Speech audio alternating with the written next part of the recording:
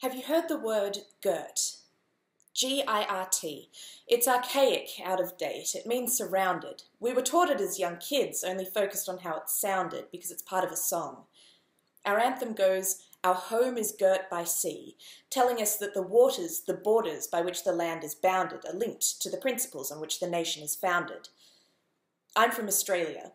You think of sand, of beaches, of Great Barrier Reefs and the far reaches of the desert plains, of the bushlands and the dangers and strange creatures that roam them, but this place I call home has changed.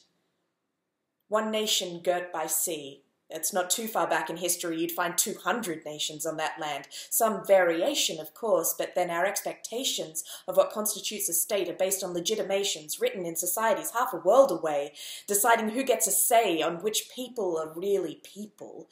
The criteria were pretty steep. All you needed to do was have white skin. Apparently humanity was pretty thin as a concept.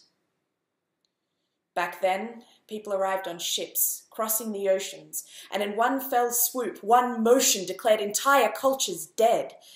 They're primitive, they said. We're bringing progress. They brought death.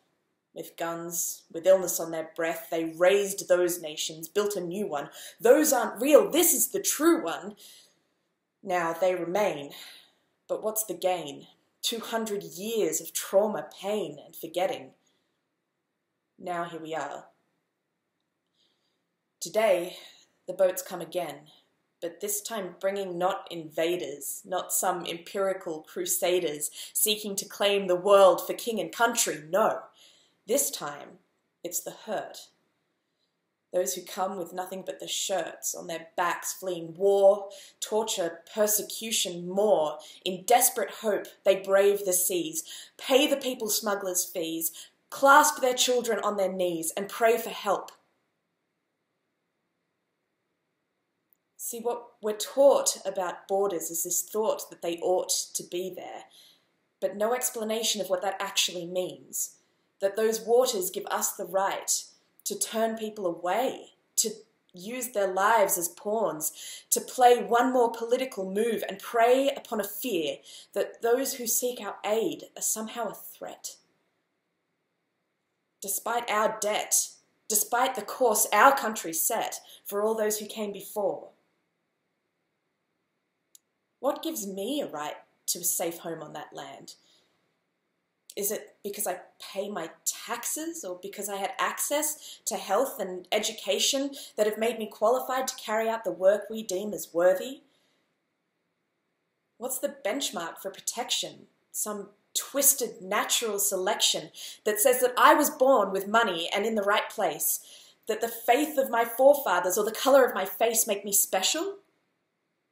What's more, I then have the right to choose what falls within my sight, to decide if I'll perpetuate the silence that muffles the distant noise of violence, not only far away, but in the very camps we constructed, that our corporations deducted from their yearly earnings, using those very taxes I paid to keep children behind bars. We elected a government that fails to mention that the consequences of mandatory detention mean more suffering. In the name of what? Protecting our borders, defending those waters?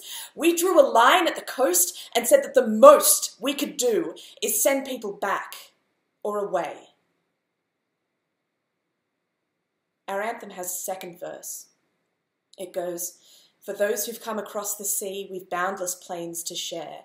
With courage, let us all combine to advance Australia fair." Of course, no one seems to care about the second verse. One's enough, and it reinforces our tough stance on border protection. There's no need for self-reflection, or to ask why the people who come on boats now deserve a cell.